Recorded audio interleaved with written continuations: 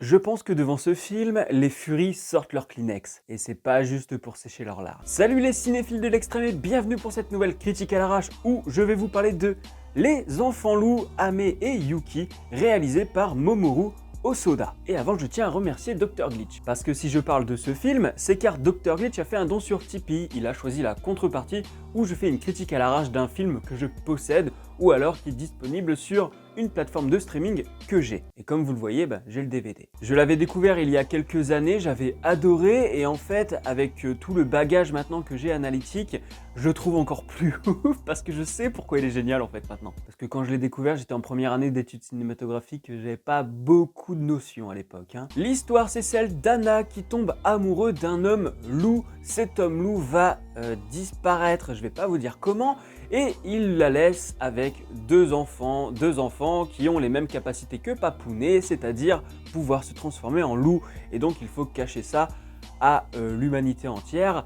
Et c'est intéressant car ce film intègre du fantastique dans un univers qui est là juste pour te raconter la vie de tous les jours. La transformation, c'est juste un prétexte. Tu peux avoir exactement la même histoire sans cette histoire de transformation. C'est-à-dire que une petite fille et un petit garçon qui sont complètement différents et pourtant frères et sœurs, qui vont choisir des voies différentes, qui vont se poser des questions sur ce qu'est de grandir, sur ce qu'est de devenir adulte. En fait, c'est plein de questions, voilà, de la vie de tous les jours, mais avec ce petit soupçon de magie, voilà, qui fonctionne vraiment bien et qui ajoute une grosse émotion et quelque chose d'assez spirituel et en même temps écologique, parce qu'on parle quand même du monde animal. Mais c'est vraiment intelligent de faire ça. Utiliser le genre du fantastique ou du conte de fées pour finalement parler de sujets de société. Ça par exemple, On m'appelle Jigrobot le faisait très bien en utilisant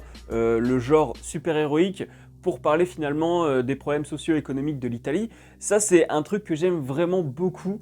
Après le cinéma de genre, j'ai envie de dire que souvent il le fait, mais parfois il ne le fait pas du tout. Tu vas pas me dire que le MCU il est politique, hein. Et dans Les Enfants Loups, il y a quand même pas mal de sujets de société, notamment les gens de la ville qui repartent à la ruralité, comment c'est de grandir avec une certaine différence, comment accepter la différence des autres, comment trouver sa voie finalement dans la vie, qu'est-ce que c'est aussi d'élever des enfants quand t'es mère célibataire. Et puis il y a un personnage qui est super cool, c'est le vieux paysan qui lui est clairement une sorte de Clint Eastwood dans Gran Torino, hein, clairement.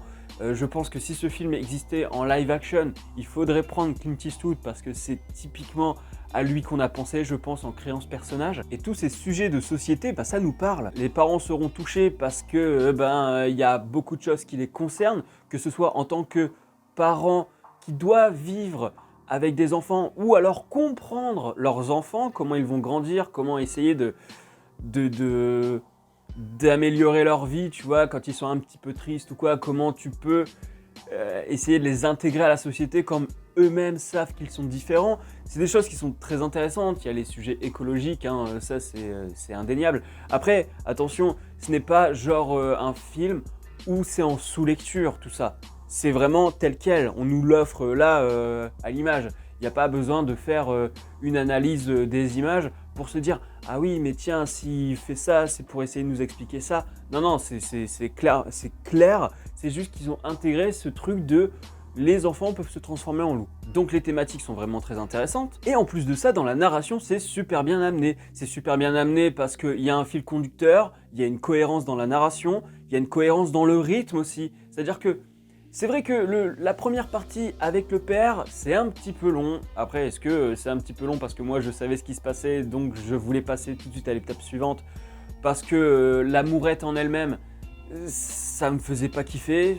Et en plus, il y a une scène vraiment où je me dis mais putain, mais non, mais c'est zoophile là. Pourquoi elle baise avec lui quand il est transformé en loup? Juste pour faire bander les furies? Ah oui, si vous ne savez pas ce que c'est des furies, c'est souvent des gamins ou des adultes légèrement retardés qui se prennent pour des loups et qui mettent des images de profil loups parce que ouais, les loups c'est trop cool et ils ont rien d'autre dans leur vie. Ah, je faire des copains. Oui, je caricature, et alors, je m'en bats les couilles, franchement, les Furies, je les comprends pas. Voilà, pour ce qui est du scénario, des thématiques, etc., c'est vraiment au top. Et en plus de ça, il y a beaucoup d'émotions, vraiment, parce que les sujets sont touchants. Et pourquoi il y a beaucoup d'émotions au-delà du sujet, c'est parce que la mise en scène aussi est vraiment ouf. La mise en scène, il y a des idées tout le long du film. Par exemple, quand ils grandissent les gamins, quand ils passent du CP au CE1, au CE2, machin, on a un système de travelling et en fait, dès qu'on passe à une classe, qu'on revient à une autre, et ben, il y a une ellipse et en fait, tu vois les gamins évoluer. Il y en a un qui évolue pas des masses, il y en a un qui ne bouge pas sur sa chaise, alors que pendant ce temps-là, Yuki, elle est hyper dynamique. Et Ame, il va se faire un peu persécuter. Sauf que Yuki, elle arrive hyper vénère pour défendre son frère.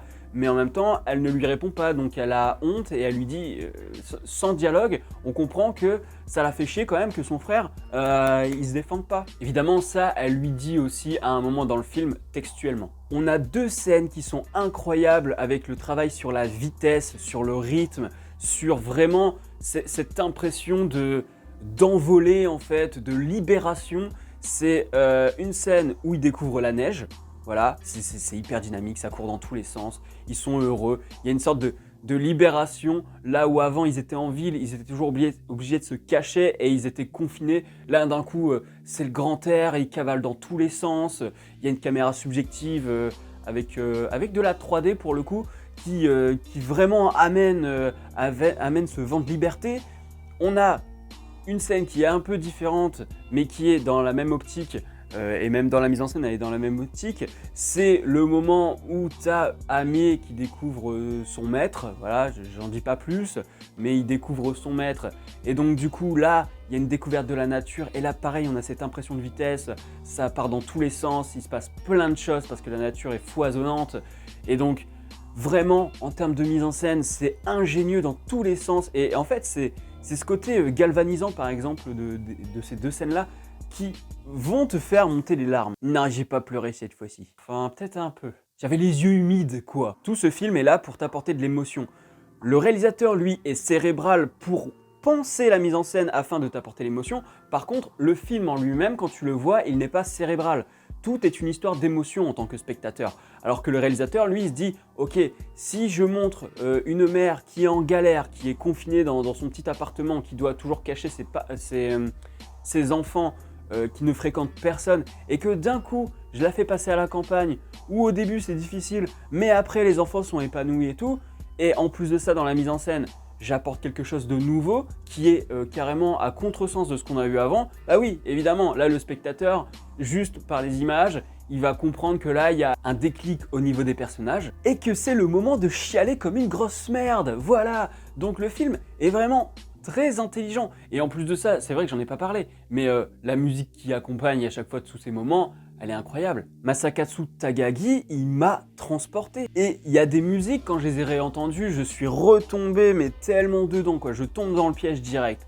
Toutes les musiques, elles sont là pour apporter un petit plus à la scène et pour apporter ce petit grain d'émotion que tu as déjà par la mise en scène, mais qui avec la musique, alors là c'est explosion d'émotions, quoi. Tu peux pas tester en fait. Tu ne peux pas rester insensible à ce film. Ou sinon c'est que t'as pas de cœur. Du coup vous découvrez que j'ai un cœur. Et ça c'est beau. Au niveau de l'animation, pour ce qui est des personnages, c'est assez minimaliste. Il n'y a pas de forme vraiment impressionnante ou photoréaliste ou quoi.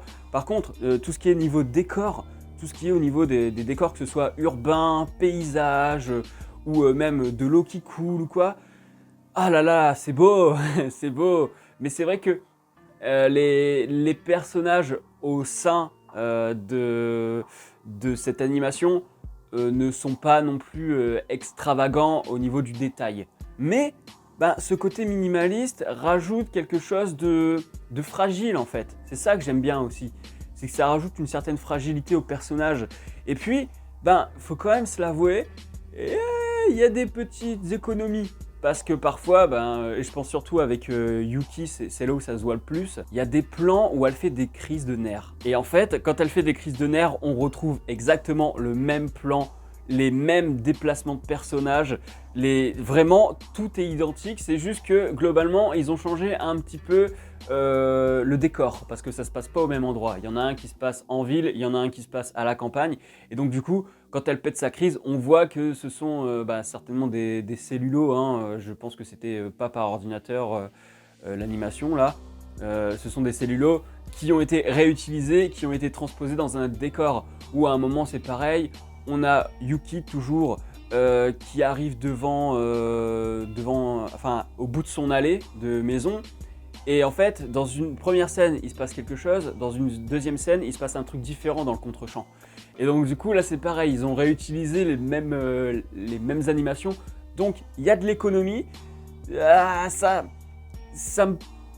Enfin, à la fois, oui, je galère là. Pourquoi je galère? Parce que à la fois, je vois l'économie du dessin, mais en même temps, est-ce que ça pourrait pas ramener tout simplement au quotidien et à quelque chose que de la vie de tous les jours? Oui, c'est la vie de tous les jours, c'est du quotidien. Je sais, tu te calmes, hein. Ce que je veux dire, c'est est-ce que cette économie de dessin est là pour montrer un quotidien ou pour montrer quelque chose qui se répète mais différemment, pour montrer qu'il y a eu une évolution dans les personnages. Pour la crise de Yuki, je pense que c'est plus pour montrer que c'est du quotidien et que à la ville ou à la campagne, elle a toujours ce caractère un peu crise de nerfs, un peu rude. Alors que pour la deuxième scène dont j'ai parlé, je pense que montrer le contre-champ différent avec la même scène au début, c'est pour montrer qu'il y a un changement dans la vie de Yuki. Donc, c'est une économie de dessin, mais qui finalement s'avère utile à la narration, qui est plutôt bien utilisée, qui est intelligente. Mais c'est vrai que sur le coup, ça m'a fait tiquer. La première fois que je l'ai vu, je n'avais pas remarqué. Et là, en le revoyant, j'ai fait « Oh, il y a des économies, là, dis donc !» Bref, si j'ai une note à lui donner sur Captain Watch, ce sera « J'adore ». Voilà, j'adore vraiment ce film. Après, je ne m'amuse pas à le revoir parce que je vous avoue que là, j'ai un peu traîné. Mais c'est parce que je l'avais déjà vu, je sais dans quel état il m'a mis la première fois. Je déteste le début du film. Mais pas parce que c'est mauvais. Je le déteste parce que ça te plombe, ça fait quoi, 15 minutes que le film est commencé et on t'a déjà plombé la tronche, quoi. Après bon, je regrette aussi que la première partie soit un petit peu cucu et la scène Fury, non. Mais je rigole pour un truc. J'ai revu le film hier matin. Et en fait, François venait de se lever, et puis il se pose, et puis il regarde un peu avec moi, tranquille.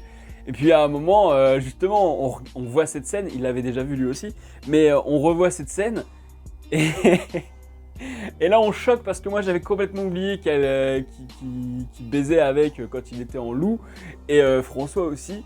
Et d'un coup, je dis non mais cherche pas, ça c'est pour les furies, c'est pour les faire bander, quoi. Donc du coup, je repense à ce moment où on s'est marré comme des cons alors que c'était censé être émouvant, machin. Mais j'avoue que cette scène, putain, elle est conne. C'est censé être émouvant, mais pourtant c'est du malaise et c'est dégueulasse, quoi. C'est de la zoophilie. Bref, encore merci Dr Glitch pour ton don sur Tipeee. Je mets le lien de mon Tipeee en description. N'hésitez pas à aller voir, hein. Et puis n'hésitez pas aussi... dans le commentaire épinglé, j'ai mis la liste des DVD Blu-ray que j'ai, comme ça si vous voulez me faire un don à 9 € pour une critique à l'arrache d'un film que j'ai en DVD Blu-ray, et vous saurez ce que j'ai. Et puis pour les plateformes, faudrait qu'on voit ça ensemble, hein, parce que j'ai Shadows, Salto, Disney+, Amazon, Netflix, ITV+, Outbuster, enfin voilà, j'en ai vraiment beaucoup. Freaks aussi, voilà, je sais même plus où j'en suis. Pensez à mettre un petit pouce bleu, à partager la vidéo sur les réseaux sociaux. Dites-moi en commentaire ce que vous avez pensé de ce film, si maintenant vous avez envie de le voir. Et puis allez voir ma vidéo 5 films similaires à Ghostbusters, parce que j'ai quand même taffé dessus, et pourtant elle décolle pas cette vidéo. Alors que Ghostbusters Afterlife, il vient de sortir. Je comprends pas l'algorithme YouTube. Abonnez-vous à la chaîne si ce n'est pas encore fait, et n'oubliez pas d'actionner la cloche pour être alerté des prochaines vidéos. Quant à moi, je vous dis à la prochaine sur la toile. Salut!